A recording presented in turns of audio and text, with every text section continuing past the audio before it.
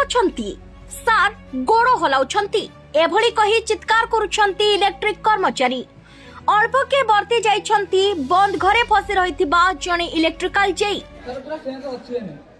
Doctor देखिए सुनु sir हम सर गोड़ हलौचंदी सर गोड़ हलौ अरे डाक्टर देखिए सुनु ने सुनो ना सर ता ना कोन रविन सर सर गोड़ हलौ गोड़ हलौचंदी पूरा सर पूरा गोड़ हलौ पानी चालती पूरा सर देखुना दी जाई हमें सेतेबेले जदी आसी के एटा फॉलो धरि के हमें केन्दुझर जिला घसीपुरा थाना अंतर्गत घसीपुरा स्थित अक्षय साहू घरे टीपीएनओटीएल जेई 24 वर्षीय झारखंड प्रवीण महांत एक वर्ष हेब भड़ा सूत्र रही आसुथिले। आज दिन 12टा पर्यंत घर झरका कबाट भीतर पटु बंद थिबा देखि घर मालिक अक्षय कबाट खोलिबा को अनुरोध करथिले, किंतु प्रवीण कबाट खोली नथिले। एने संदेह उपजिबारु घर मालिक घसीपुरा थानार द्वारस्थ होइथिले।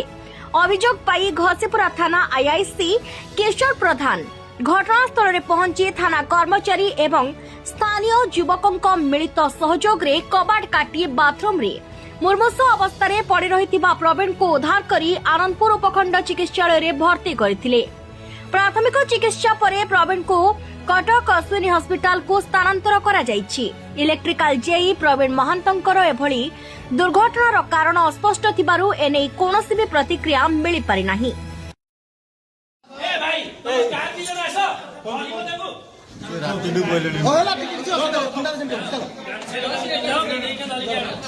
आराम से बेटा के दो टैग खोलो चलो चलो बाहर मारो जल्दी जल्दी नहीं जाओ जाम करो नहीं चलो गाड़ी